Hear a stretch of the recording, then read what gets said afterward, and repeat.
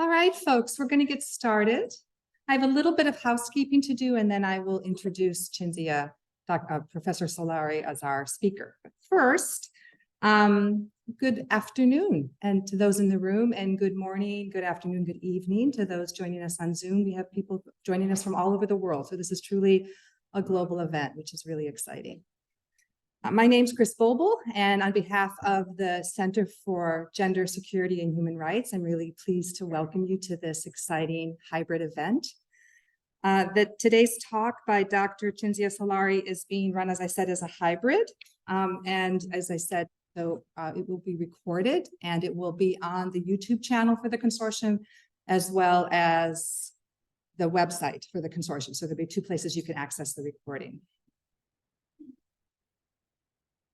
To read, I think, a really beautifully written and considered acknowledgement statement, and I'm asking that you all really pay attention to the language of this. I think this is very well done. UMass Boston and its surrounding communities are based on the unceded homelands of the Massachusetts, Pawtucket, and Nipmuc people, and we want to honor the diverse Indigenous peoples' enduring relationships with their traditional territories and to acknowledge that the ways lands passed from Indigenous to non-Indigenous control is through a violent history of genocide and forced removal, the violent trauma of land being stolen from Indigenous people, and the death, dispossession, and displacement of countless individuals and communities, all processes which remain ongoing today.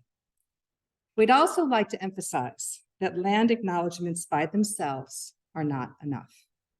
They are only one small step in supporting Indigenous communities and need to be followed by action building solidarity, by combating the ongoing structural and physical violence directed toward Indigenous peoples, and by supporting the Land Back movement. So while folks are still joining the Zoom, I'm going to take just a few moments to explain how things are going to go. In terms of structure, after Dr. Solari's talk, she'll take questions from both people in the Zoom, and you're welcome to put your questions in the Q&A, and also from folks in the room. And I will circulate the microphone so that you can speak your question into the microphone so that the people on Zoom can hear it as well. For folks on the Zoom, you do have access to the chat right now during this introductory period and at the end of the webinar, so please feel free to offer thoughts, resources, links, whatever you think would be useful to strengthen and expand this conversation. And when you leave the webinar, folks on Zoom, there will be a quick pop-up survey that we ask you to take a few moments to fill out. Those of you in the room also have an opportunity to offer feedback. You have a form on your chair, so please take a few moments at the end to offer your feedback. And where would folks turn those in? Right here at our fabulous, the angels over here at the table, who are making this event happen today. Let's see. Before I introduce our speaker, I want to acknowledge the many UMass Boston departments that contributed to this event. As we know, no event happens in a vacuum, no event is a solo endeavor. So thanks to all those that are supporting. And I also want to acknowledge the people here that are supporting the event, as well as the center's director, Dr. Carol Cohn, who's sitting here in the front row and is nothing less than invaluable. All right, so now the fun part, I get to introduce Cinzia. So Cinzia Solari is an associate professor of sociology here at UMass Boston. She's been studying the former Soviet Union since the 3rd grade, when she read a biography of Catherine the Great. She's a first-generation college student of Italian immigrant parents.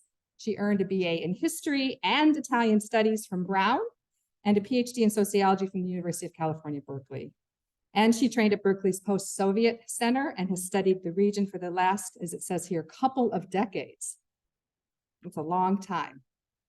Her first book, an ethnographic study, and listen to this, folks, conducted in 3 languages, Russian, Italian, and English, and 3 countries, Ukraine, Italy, and the US, is titled On the Shoulders of Grandmothers, Gender, Migration, and Post-Soviet Nation Building, exposes the production of new gendered capitalist economics, and nationalisms that precariously place Ukraine between Europe and Russia, with implications for the global world order. It is a must-read, and it's interested in the larger context of Russia's invasion of Ukraine in February 2022. Her second book, impressively, which is co-authored, is titled The Gender Order of Neoliberalism, and it's just coming out right this year. Today is your book, baby mom? That's exciting. So this is a doubly exciting and auspicious event with Polity Press. And this new book, brand new book, places 3 world regions in conversation: the US, the former Soviet Union, and South and Southeast Asia. The book reveals the ways that gender is foundational to making the neoliberal global order work. And I expect that this will be a real game changer. Dr. Solari's current work also includes, and this is news to me, exciting, grant-funded research focusing on non-binary and transgender students to better understand how they navigate high school. I know our students are going to be interested in that. So on a personal note, I had the pleasure of meeting Cinzia when she first joined the UMB faculty. And immediately I found her brilliant, wise, kind, innovative, and fiercely feminist. So of course, she immediately became a part of my heart. She has proven to be, over her years here, a beloved and trusted teacher and mentor. She's a talented and high-impact scholar, and she's committing to making UMB the best version of itself. We are really very fortunate to have Cinzia Solari as a member of our UMass Boston community. And today, she's going to talk to you about Russia's invasion of Ukraine and the geopolitics of gender. Cinzia, welcome.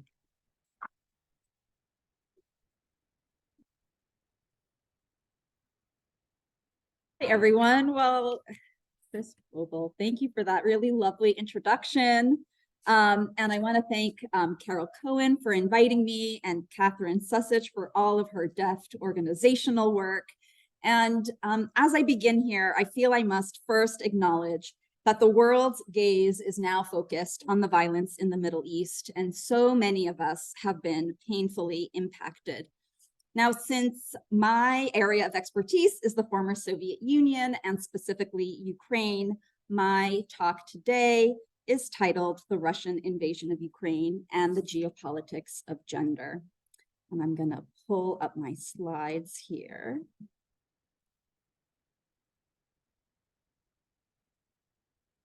Catherine, they went away.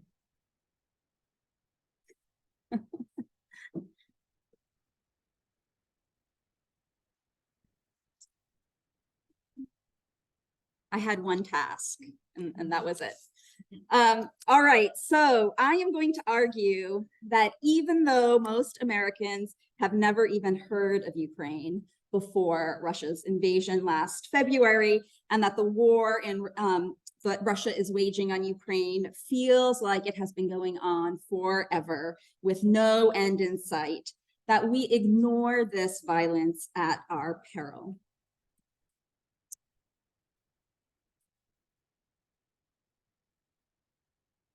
All right, so the humanitarian catastrophe of the war, the mass displacement of people, the horrific war crimes, the food shortages caused by Ukraine's inability to get grain out to the World Food Program, which feeds folks in more than 120 countries across Africa, Asia, Latin America, and the Middle East. All of these are very concrete reasons for continuing to care about what's going on in Ukraine. And these are gendered issues. I must tell you up front that I'm not going to show you violent images of the devastation in Ukraine. We're all getting enough violent images on the news and in our social media feeds. And in fact, my goal today, precisely because American audiences really know so little about Ukraine, except that Russia is attempting to recolonize the entire country, is to give you some background information about Ukraine and place the violence that Ukrainians are experiencing in a broader context, which is, of course, what sociologists love to do. So to that end, there are also significant discursive reasons that I think we should all care about as well. And by discursive, I mean those narratives that shape our collective imaginations about what kinds of actions are possible, legitimate, or desirable. When bombs are falling, talking about collective gendered imaginings might seem frivolous. I will argue that these gendered discourses are crucial to understanding the geopolitics of the Russian invasion of Ukraine, and that both the Russian and the Ukrainian state also find them very important, even as the bombs are falling. So I'm going to try and convince you that thinking about nationalism, gender, and modernity is vital to both understanding the violence that is happening on the ground and what the global implications are. So I argue that the gendered lens reveals that Russia's war on Ukraine plays a significant role in producing what I call an oppositional modernity of manliness. So despite Western media representations of Russian President Putin as a lone dictator who might be mad, Putin is actually offering the world an alternative world vision that appeals to many in disparate locales, including some on the political right here in the US. So that's my punchline. We must understand the Russian invasion of Ukraine as part of a geopolitics of gender and sexuality that offers the world a modernity of manliness in opposition to a Western modernity that has centered empowered women and increasingly LGBTQ rights. So before I support that statement, let me back up and tell you something about my research. So since we are an interdisciplinary group, I think it's helpful to explain how, as a sociologist, I approach this topic. So I am a global ethnographer, and I spent about 10 years researching and writing a book about Ukrainian nation state building called On the Shoulders of Grandmothers. For that book, I spent several years doing participant observation with Ukrainian migrants in Italy and in California who were working as domestic workers because that was the job most available to them. I also spent time in Lviv, Ukraine, a city you might have heard about on the news because it's about 40 miles from the Polish border and has been an important transit point for large numbers of internally displaced people looking to cross into Poland. So there I conducted interviews with the family members of migrant workers, mostly young adult children. So I found that Ukrainian migrants to my research sites were mostly middle-aged women in their 40s, 50s, and 60s, most grandmothers, young grandmothers by US standards, all with professional work histories as engineers, economists, and teachers. It is unusual to uncover a grandmother-led migration. Based on years of ethnographic work and over 160 interviews in Russian with migrant women, few migrant men, community leaders in Italy and California, and adult children back in Ukraine, I concluded that these migrant grandmothers were building the new Ukraine transnationally from the outside in. So one day early in my fieldwork in Italy, I went to the Garbatella. This is a large parking lot about an hour outside of Rome's city center, where courier vans that carted goods and women workers between Ukraine and Italy congregated every Sunday. A participant I call Tanya brought me, and we stood on this elevated platform overlooking, this is the scene here, overlooking the Garbatella, and she turned to me and she said in Russian, "Do you see all those women down there? They carry Ukraine on their shoulders and don't think they don't know it and don't think they are happy about it either." Whoa, right? So I set about trying to uncover what it meant to carry Ukraine on the shoulders of grandmothers. These women had Soviet upbringings, and while others looked at them and said, "Oh, they're migrant care workers," I too had originally set out to study the global care industry. After all, my participants were doing cleaning and caring labor for the elderly, but that's not what they thought was important about their migration.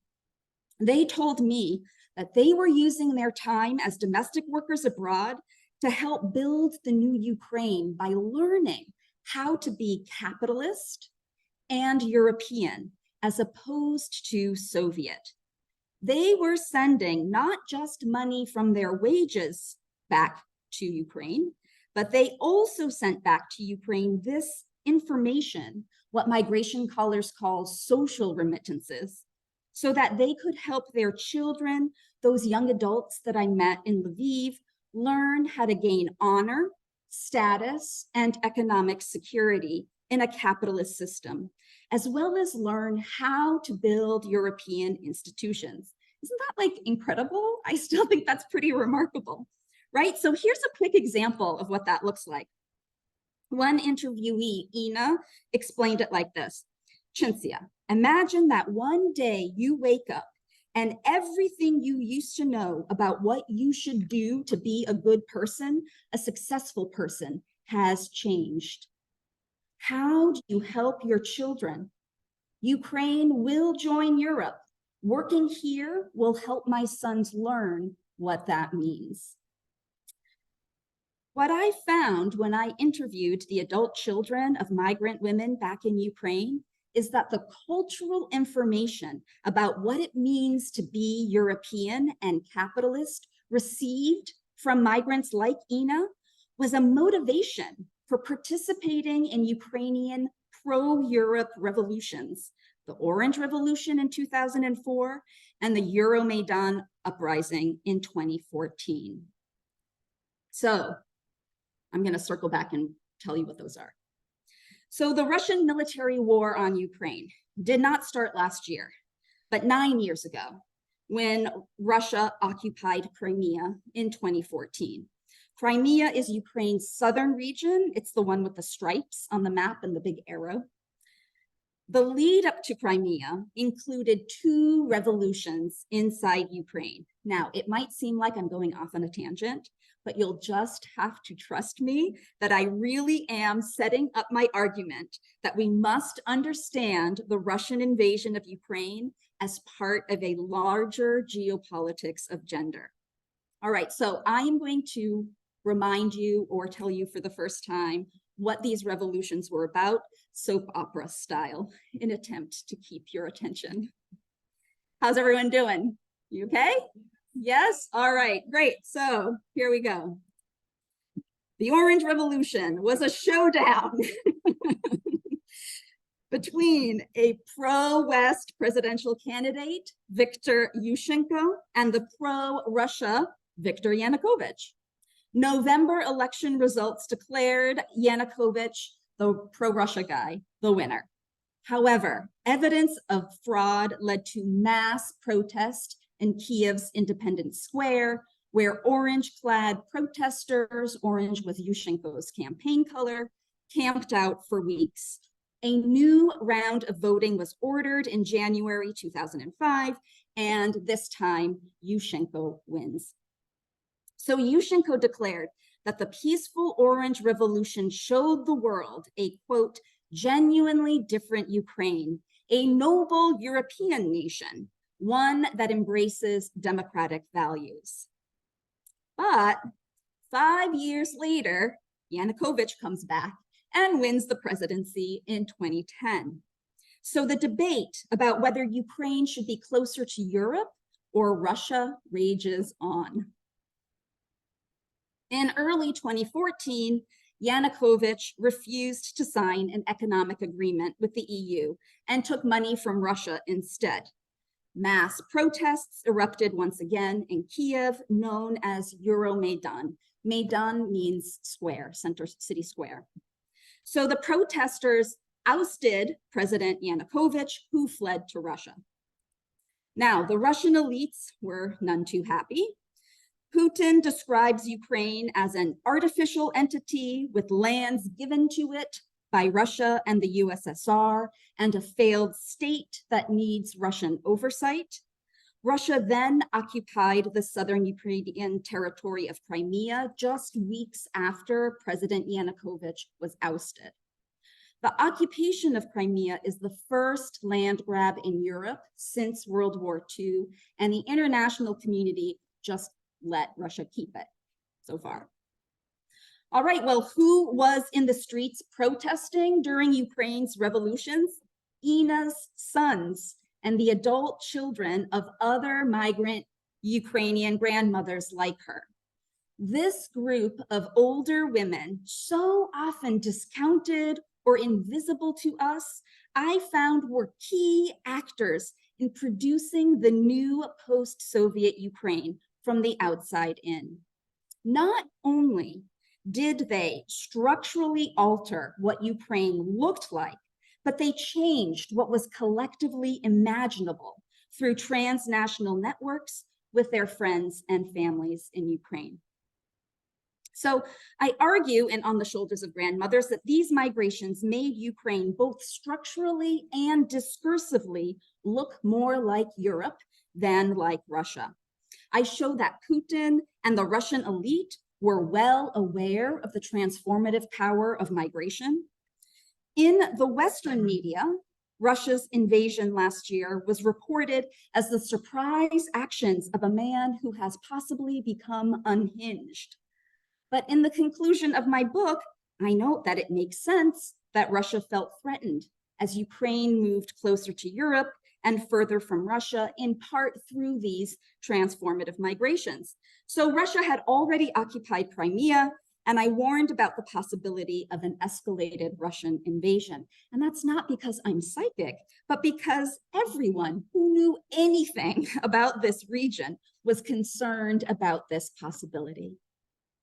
My point for this talk, then, is that discourses about Ukraine becoming European, supported by these migrant grandmothers as transnational nation-state building actors, adopting Western modernity discourses, and consciously sending them back to Ukraine, shaped practices, including those that strengthened ties with Europe. So one of Russia's legitimating narratives for last year's military invasion, I already noted, is that Ukraine is not Europe, but has always been part of the Russian Empire. But also that Russia must save Ukraine from a West that has been corrupted by gender ideology and has embraced queer rights, which poses a national security risk for Russia itself. Being viewed as modern is central to the global status of nation states. Moving up the global geopolitical hierarchy is tied to both material and political resources. So the production of a legitimate modernity requires the drawing of boundaries that separates us from the barbaric other. This constructs the foundation for nationalist and imperial ambitions that can forge alliances between and across nation states, unified by the same ideologies. So Putin cannot invade a peaceful country all by himself, and Ukraine cannot resist all by itself. It turns out that the need to protect women and LGBTQ rights can mobilize Western governments to send money and weapons to Ukraine, and the need to protect your nation from depravity and unnatural gender inversions can motivate large groups of Russians to send their children to war. So Putin's Russia is part of a global trend of increasing right-wing radical movements led by populist strongmen. This includes folks like Lukashenko in Belarus, Bolsonaro in Brazil, Berlusconi in Italy, Modi in India, Erdogan in Turkey, and Trump in the US, just to name a few. And they all seek to re-masculinize their national identities. Now, this creates a problem for making modernity claims. How does the global community decide which countries are modern? Since the 1970s, nation states have made claims to being modern by answering the question, how do you treat your women? Having empowered women is a requirement for claiming to be a modern nation. And nation states care about this designation a lot because it is tied to political resources. and can be used to justify violence around the world. For example, after 9/11, the US state used images of supposedly oppressed women in burqas juxtaposed to supposedly empowered women in the US to justify US military action in Afghanistan and Iraq. Global institutions have developed many indices that seek to measure how empowered your women are. But more recently, nation states have been asked, how do you treat your LGBTQ citizens as a proxy for how modern their nation state is? So in our book, The Gender Order of Neoliberalism, out today, Smitha Radhakrishnan and I argue that masculine projects of anxious nationalisms elevate the international arena as a site of status competition, as they seek to redefine the modernity claims by which all nation states should be judged. They reject the logic of women's empowerment as the indicator of modernity. Instead, this oppositional modernity recenters men and manliness as modern and promotes traditional values as the framework that will save civilization from Western degeneracy. These new modernity claims in global politics challenge the post-war global hierarchy of nations. So there is a grain of structural truth to the lament that men have become irrelevant in modernity discourses. Since the 1970s, global economic restructuring and in the US, deindustrialization has squeezed men out of middle-class jobs, particularly in manufacturing, where men without university degrees could previously earn middle-class wages and be the breadwinners in their families. A decrease in middle-class jobs was accompanied by an increase in low-status, low-paying service jobs, such as house cleaning and childcare that are considered for women. These are part of the structural forces that shaped the decisions of Ukrainian migrant women to fill that global labor niche. So despite the relative undesirability of these jobs at the lowest rung of the economic ladder, conservatives in disparate locales around the globe have spun a narrative that claims women have been empowered at the expense of men. In this narrative, women have told men that to be honorable, they must financially support their family. But then women have stolen their jobs. Thus, while modern women can now have it all, family and career, if they just lean in, men are irrelevant in current modernity discourses and irrelevant in their families, since the breadwinner ideal is increasingly unattainable for most men. If men cannot be breadwinners, and if in an earlier moment men were supposed to save women, but now empowered women are supposed to save themselves, what are men needed for? The crisis of masculinity literature reveals a surprising convergence in men's narratives of gendered pain and anxiety. As men find their pathways to honorable manhood narrowing, they search for other markers of successful masculinity to stabilize their identities and gain a sense of respect and dignity. So we propose that the competitive terrain of manliness and modernity has shifted from work and family that focused on men as breadwinners in the post-war era to the terrain of nationalism and community, where men are offered the more attainable ideal of manly protector of their ethnic or national community. In the global arena, the manly protector ideal uses nationalism to confirm the superiority of the nation by comparing it to other nations which are deemed to be masculine, yet inferior in their expressions of manliness.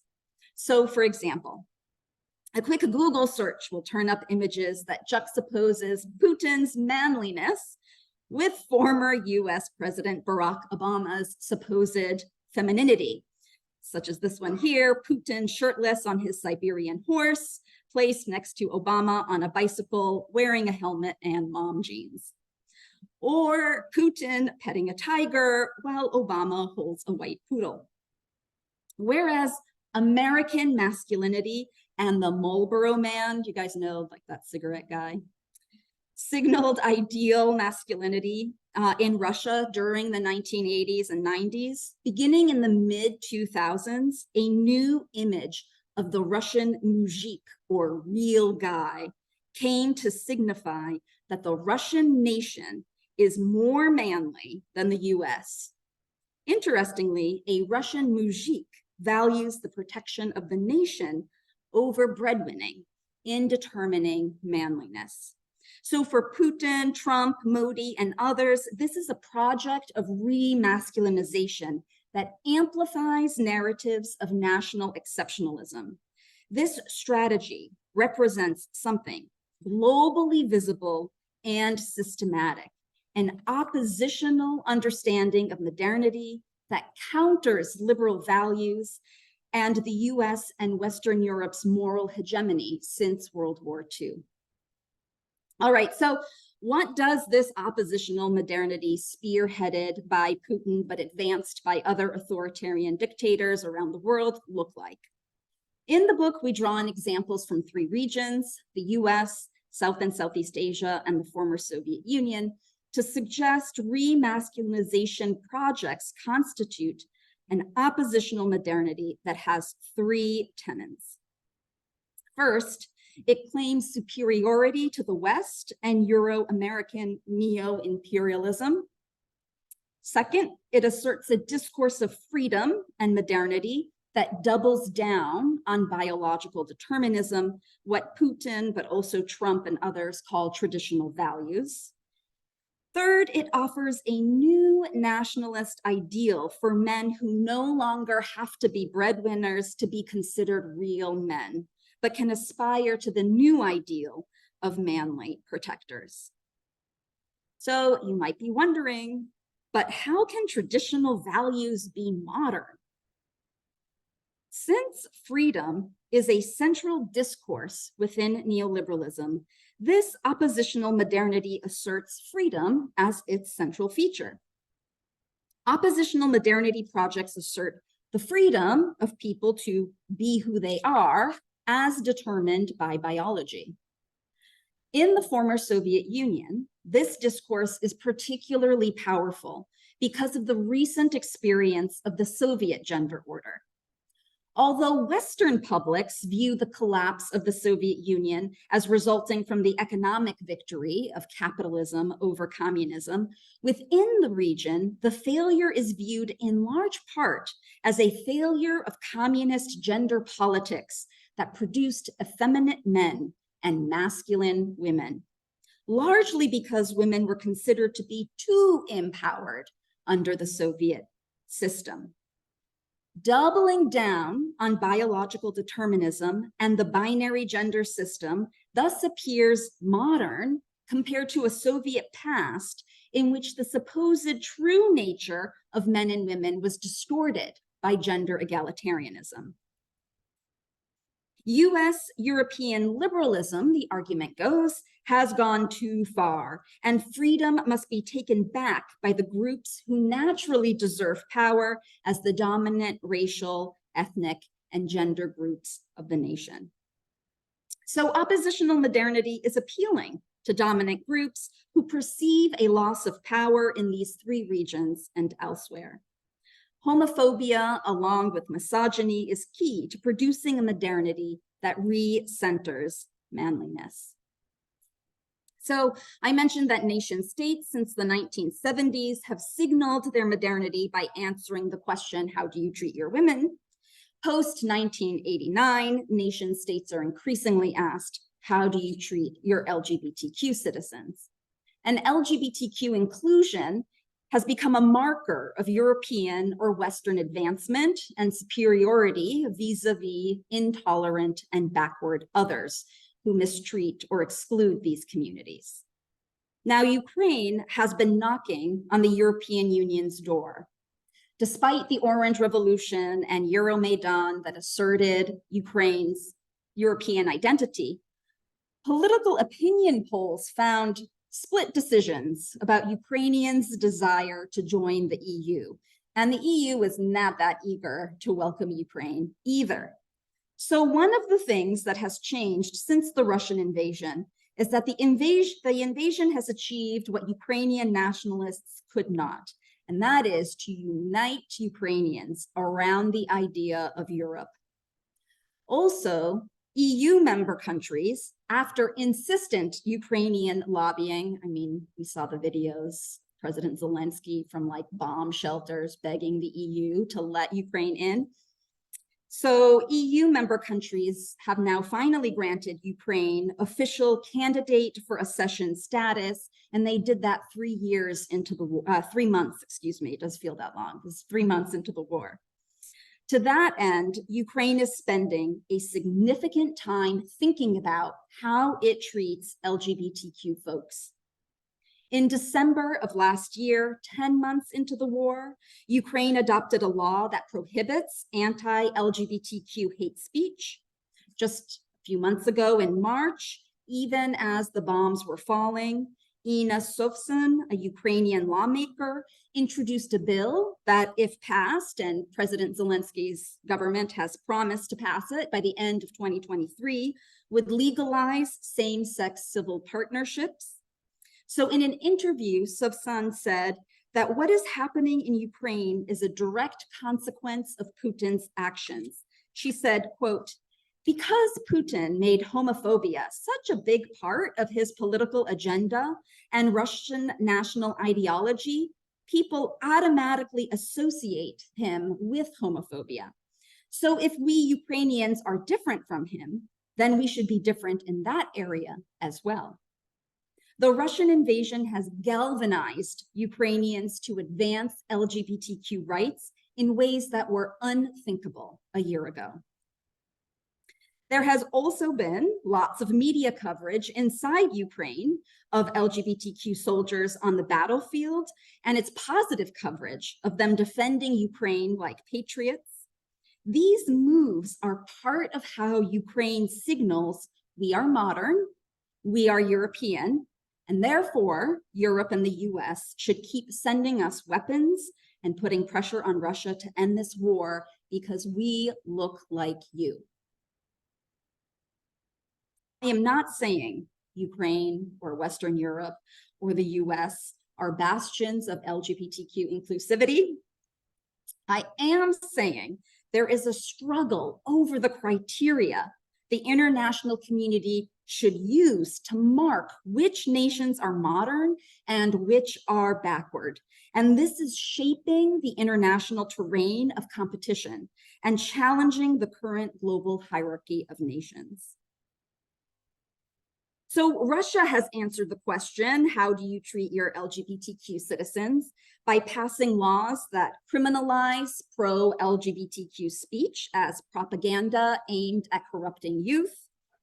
Europe and Ukraine respond by saying, see, Russia is backwards, but Russia says no gay Europe, shortened to Gay-Ropa in Russian. We are redefining what it means to be modern.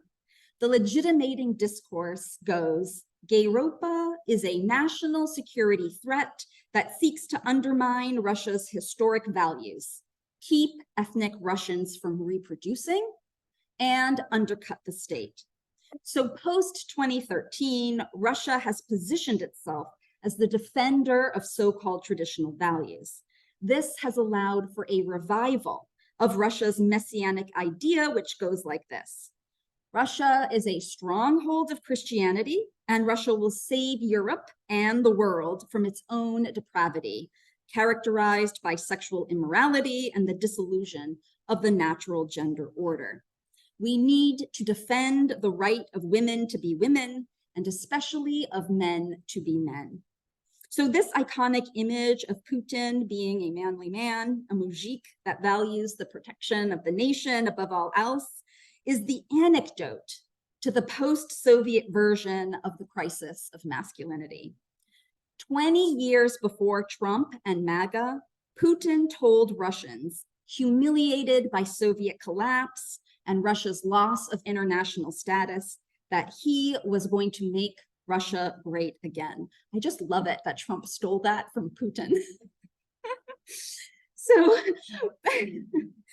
Putin's popularity is attributed then in part to this modernity of manliness project, which is used to create a positive Russian collective identity.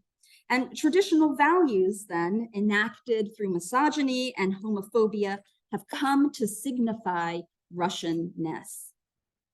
So in Putin's 2022 speech announcing a full-scale invasion of Ukraine, and later that year, the annexation of 4 more Ukrainian regions, Putin railed against Western imperialism, whose supposed undermining of traditional values by embracing LGBTQ rights, feminism, multiculturalism, and atheism, all foreign to Russia's values, he says, posed a national security threat to Russia. Russia, Putin said, is invading Ukraine to save Ukraine and Russia from the West. So Putin denounced a West that he says brazenly divides the world into their vassals, into the so-called civilized countries, and into the rest, so that Western racists add Russia to the list of barbarians and savages. You can hear his outrage. All right, so here is one quick example of how gender and sexuality can be used to translate for the public the imperial relationship between Russia and Ukraine. Europe, in the cartoon on the bottom, is represented by Conchita Wurst from Austria. So Wurst, whose drag persona invites audiences to accept gender variance, won the Eurovision Song Contest in 2014, which is a mega cultural event. You might know about it from the Will Ferrell movie called the Euro Song Contest. So it is a big deal in Europe, and Russian politicians suggested that Wurst's win proved that European integration threatened Ukraine with moral decay. An image of Wurst in front of an EU flag with the text, Ukraine, you want to go to Europe? Conchita is waiting for you, circulated widely. And Wurst, as the bearded lady, became a symbol of this struggle over the meaning of modernity. One of Putin's advisors tweeted, if Conchita is a woman, then Ukraine is a country, implying, of course, that neither is true. All right, remember the Orange Revolution and the Euromaidan protests in which Ukrainians asserted a European identity? The narrative in the Russian media is that the Orange Revolution was created by LGBTQ activists sent by the West to create a gay revolution that would spread to Russia and throw it into chaos. Euromaidan was dubbed Gayromaidan in the Russian media, which argued that the protests were organized by LGBTQ activist traitors acting as proxies for US or European imperialism. So the Russian media linked the supposed demasculinization of Ukraine as a threat to the remasculinization of Russia. This also has a transnational reach. The oppositional modernity that Russia spearheads facilitates alliances with post-colonial global South states, where there is a perception that LGBTQ rights have been forced on the global South by Western states and international institutions. The Russian state supports transnational pro-family civil society organizations, such as the World Congress of Families, which was co-founded by Russian and US conservatives in 1997, and the US-based ultra-Catholic CFAM, which has ties to the Trump administration. So WCF and CFAM issued a statement supporting Russia's 2013 law banning homosexual propaganda. Segments of the white supremacist movement in the US and Europe, transnational evangelical organizations, and many far-right politicians in the West, Trump in the US, Le Pen in France, Berlusconi and Salvini in Italy, Abascal in Spain, Orban in Hungary, they all see Putin as the international leader in the defense of traditional values and the fight against gender ideology. So now you know why conservatives who were anti-Russia and rabid anti-communists during the Cold War now embrace Putin's Russia. So to conclude, from where I sit, we cannot understand the Russian violence in Ukraine without placing Putin's Russia in a larger global trend of the increasing number of masculine projects of anxious nationalism that redefine the competitive terrain of modernity and are forged in transnational networks that have Putin's Russia at the helm. The geopolitics of gender matter, even when the bombs are falling. Gendered discourses mobilize and legitimate Russia's invasion of Ukraine, but also shape Ukraine's claims to being worthy of Western support. Russia's modernity of manliness is appealing to many groups, not just within Russia, but in the global South, in parts of Asia, and also in the US. Trump has continued to praise Putin even after the invasion, and conservative politicians in the US and Europe have argued that we should support Russia and traditional values instead of Ukraine and gay Europa. And if we ever get a speaker, this is what the fight is about, right? If we simply say, this is Putin's war, the actions of a madman, then we ignore the appeal of this modernity of manliness at our peril. It is on these terms that the Russian violence in Ukraine must also be considered. So thank you very much.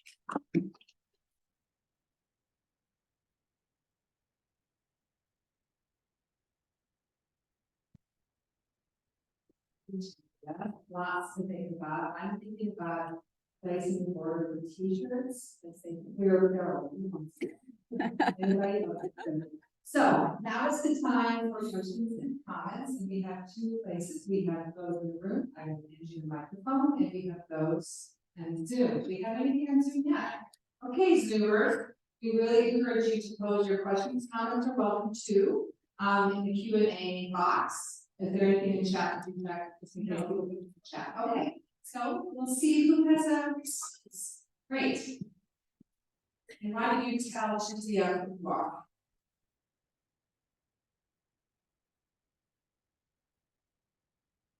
Mr. Bobel, and my question is that I know you've been learning about Russia and everything since you were.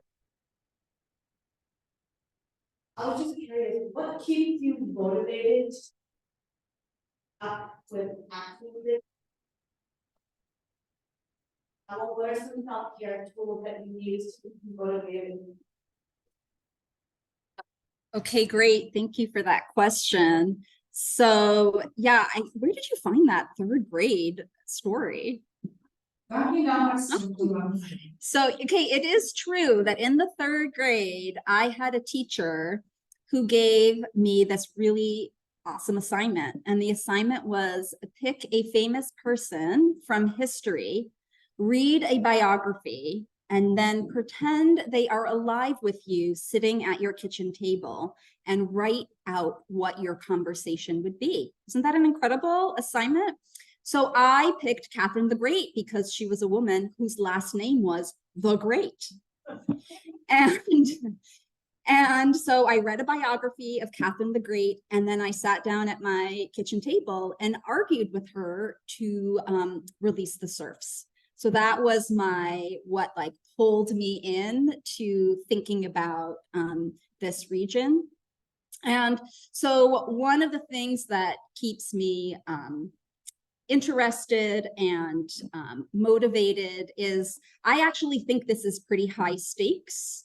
And I think that when we think about violence and how geopolitics work, we usually count up how many pieces of military equipment one country has as opposed to the other, how many trained soldiers they have, and all of that is important. And I think being able to see how it is that we shape possibilities through our collective understandings is really exciting and interesting. And it also means we can maybe think our way out of some of these binaries, right? So right now we've got empowered women, which actually nobody really likes that much, right? It's empowered women. It's been absolutely reduced to just economic opportunities. And it turns out you've got choice. And it turns out like nobody was paying attention to how good the choices were. And they actually sort of suck, right? And so, so you're empowered because you can either be a migrant wife or a domestic worker. Yeah, right? So that also, for women at the higher end of the labor market, turns out that in order to be an empowered woman, you have to do everything. You have to make organic baby food. You have to work. If you're not working for pay, you have to be running your local PTC, right? You have to be entrepreneurial. You have to be sexy when your husband comes home, no matter how tired you are, right? Women have to do everything. And it turns out that this discourse is not just appealing to men. There's a large segment of pretty exhausted women who are like, bring it on, just give me a man to take care of me. I will buy it. And that's what women in the former Soviet Union are saying, right? And quite a few women in the US too. It's exhausting, right? So these two discourses, manly protector or empowered women, I think might be a false choice, right? And so feminist theorists spend a lot of time thinking their way out of binaries. And this is one of the binaries I would like us to think our way out of. Right? So in sociology, our sort of founding folks, Marx and Durkheim, they really thought about modernity and progress as linear. So the world is moving, and countries can be plotted on a line of progress. Some are modern and some are backwards. Some are only 50 years back, they might catch up, right? This kind of discourse, I think, is what we need to think our way out of, right? And I think we might have like a couple of tools for thinking our way out of that. Anybody ever heard of Harriet Martineau? No. So was around at the same time as the founding fathers of sociology, but doesn't get much play. She was super famous in her time. Everybody knew her name, right? But she's been erased from our disciplinary history. And she has some different ideas that might help us think our way out of this linear progress of modernity, these two binaries that we're stuck in, right? So she suggests, well, maybe instead of judging nations by how empowered your women are or by how manly your men are, maybe we change the standard and think about the ideals that a nation sets for itself and whether or not we reach them, and then study that gap, right? Because in that gap, there is domination, right? So if we can identify the gap and then close it, right? That would be an improvement. And it's one way to think ourselves out of this binary box that we're in right now.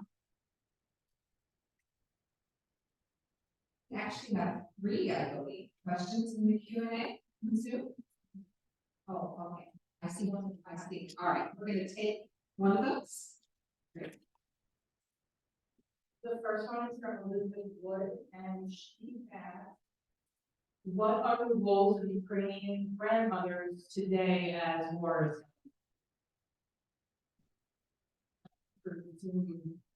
So the question is from Elizabeth Wood, who is asking what the role of Ukrainian grandmothers is today. That is a great question. So when I touch base with my folks who are still in Italy, their role is to receive refugees, right?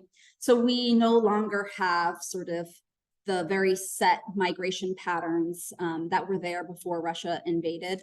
There are now folks fleeing. They're in all countries, right? So Ukrainian grandmothers in Italy, for example, who before had left their families at home, now have to run Ukrainian schools because there are kids and families that are joining them in Italy or in the US. So there's also a slight discursive shift. So when I was in the field, the migrant grandmothers did not want their children to leave Ukraine, did not want it. I am abroad working so that they can stay in Ukraine, build the new Ukraine, get an education, have a career. They absolutely did not want their kids to leave. And now, of course, everyone wants to be safe, right? Everyone wants their family with them, trying to keep folks safe. So, things are changing. They're also very active in the Ukrainian Greek Catholic Church, which is a big, important institution in the Ukrainian diaspora. And the Ukrainian Greek Catholic Church has a lot of experience maintaining Ukrainian language and culture in exile. So they're also doing a lot of work with their churches, and they're going back into that mode again when Russification happened and Ukrainian priests were like the only ones who remembered Ukrainian because they left the country. That sort of preserve our culture, really remember what our practices are, doubling down on making sure that that's not lost. Should we take another Zoom-based question, or should we put it to the room up?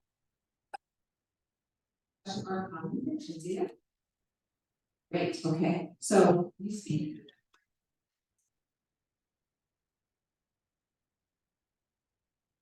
I don't know if maybe it is framing my question properly, but I have read that you were talking about kind of those like resources that the former Soviet Union had provided women. Would you say that that was also like an illusion that they were using to and then like overall you actually the quality of life for those women, does it actually pan out with what they were promised? All right, so the question from the room is, I'll paraphrase, is so you said that the Soviet Union had a gender egalitarianism project. Were they really empowered under the Soviet Union? And that's a great question. And lots of folks spend a lot of time trying to figure that out. And here's what I'll say about that. During the Cold War, when the US was competing with the former Soviet Union around all kinds of things, we got very nervous that the Soviet Union's women might be more empowered than ours. We got very worried about it. And one of the reasons why we got worried about it is that the former Soviet Union women into the labor market at very, very high rates, embraced mass education so that their population was super educated compared to the US. And so the sort of patriarchal head of the family was removed. So men really were displaced a bit, and the state became the head of that family. So there are some things that looked better. Childcare was socialized. Women were freed from what they called the tyranny of the frying pan because you had collective mess halls, right? And on the other hand, if you were a disabled woman in a worker state, that wasn't looking great for you. And it also turns out that the men were displaced in their families, but they didn't actually pick up any of the childcare or the housework, right? So that fell to women as well. So I think it's a mixed bag. And there are some things in terms of the policies that the Soviet Union passed that really did push the US to do better. And there were some things like in 1972, there was a Universal Child Care Act. This is hard for us to believe, but Democrats and Republicans both agreed the US should have universal child care to support working families. And then it got to Nixon's desk and he said, it will look like the Soviet Union is right. We can't pass it. And it got vetoed, right? So lots of what our world looks like today actually was shaped in dialogue with the Soviet Union. Great question. Thanks, yeah. All right, we have a Zoom-based question, and I think Carol is going to read, or not. Oh, you have your own question. All right, so I think the prerogative of the director of the center should be able to ask her question. So first of all, thank you for letting me talk. One of the things that really interests me about it is that I think this is, among other things, a conclusive demonstration that if anybody is trying to understand either war in Ukraine or the global rise of authoritarianism, if they try to do it without feminist analysis, they're doomed to fail. Yep. And so that makes me wonder, have you brought this talk or some version of this talk into more conventional national security contexts, you know, sort of international relations think tanks, into the role of people who think about those things without any kind of gender analysis or feminist analysis? And if so, what is the response? Okay, so the question is preceded by a comment that is, this talk sort of really convinces Carol Cohen that gender, she was convinced before, but that gender is really important, right? Even in these kinds of when the bombs are falling contexts. And she's wondering if I've ever brought this conversation to like a National Security Council or folks who don't usually think about war in this way. And Carol, I haven't, I just haven't had that kind of access, but if folks have contacts, I would be willing. Yeah.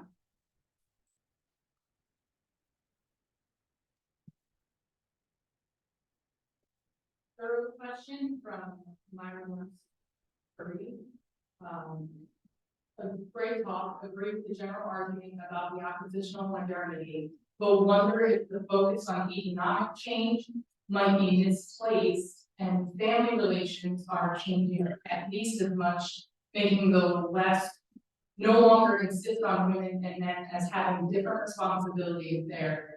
Ergo, LGBT partnerships are logical and easy to accept. If the responses of other countries that resist Western liberalism are often focused on polarized imperialism and its definition of difference is inferior, barbaric, uncivilized. How do Ukraine migrant women talk about family change? In other words, the real traditional values was that women were inferior, but now it is the difference ensuring it, especially for women. Okay, so hi Myra. Thank you for coming to my talk. So we cite Myra all over the book. So I think the question is there a change in family? Can you repeat the last part?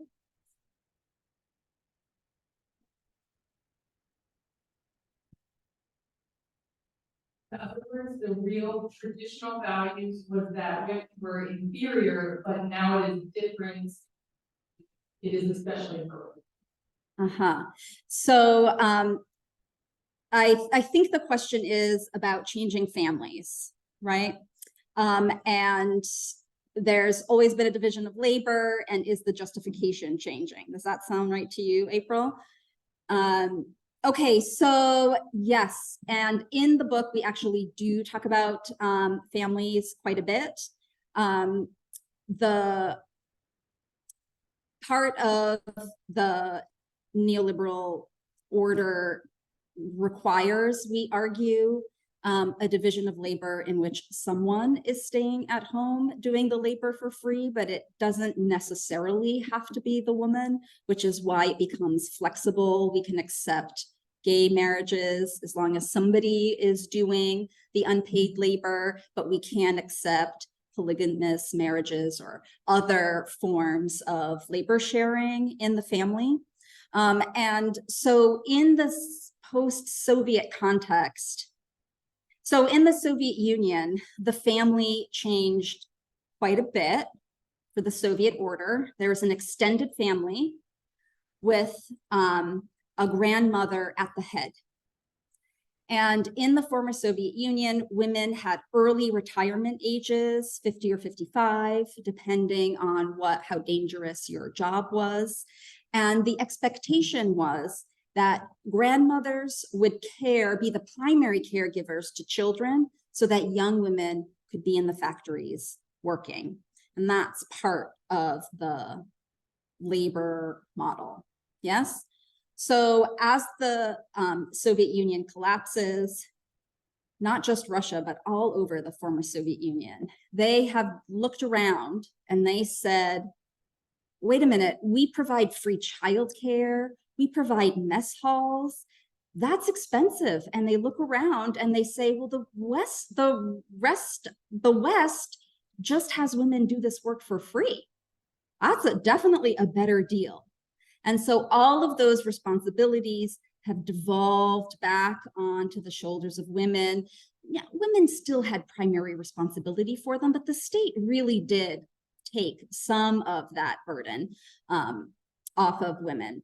So the changing discourse for women is, under the former Soviet Union, I was forced to work.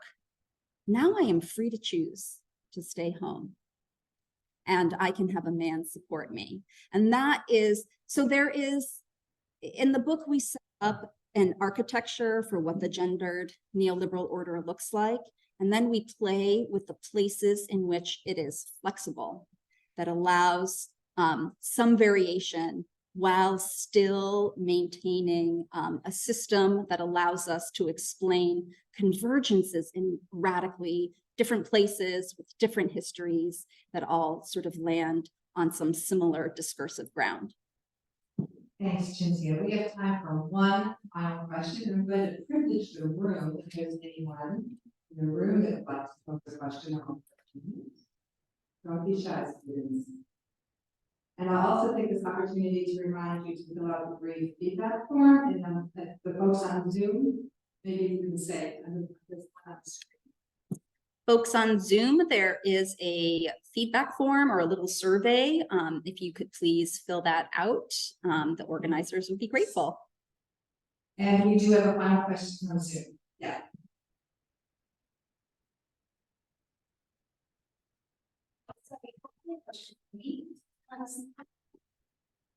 In the book where other work rather than thinking that how some is played out in the rooms where decisions are being made. Interacts with leaders of the West generally, but also especially leaders who are women or who do identify as members of the LGBT community, how the arguments you're making maybe play out on a more interpersonal level, if that makes sense. So for the Zoom folks, the question is about how some of these ideas might play out interpersonally when Putin is maybe in a meeting. So I don't have a lot of data on interpersonal context, but I can tell you that Berlusconi, for example, for his last birthday, read a note that Putin sent him with like some alcohol that Berlusconi was very excited about. And he used like words like, you know, we're just such close friends and Putin's so thoughtful. And so I think the kinds of relationships that, you know, that image with Putin hugging like a bunch of other strong populist strong men. I think that one of the things we don't keep in mind is the degree to which these men talk to each other. There really is transnational network here. And these ideas really lay foundation for them to build relationships, right?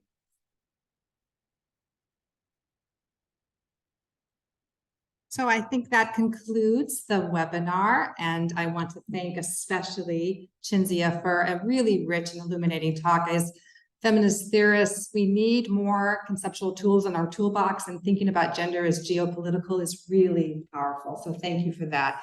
Thank you to the Center for Gender Security and Women's Rights for organizing this event, and the angels that are doing the behind the scenes work, and especially to its director, Dr. Carol Cohn. I want a special thanks to my students for being present and engaged. Thank you so much. And to everyone on Zoom, thanks for being a part of this conversation. It really is exciting to be able to talk about these issues in a global setting. So thanks to everyone.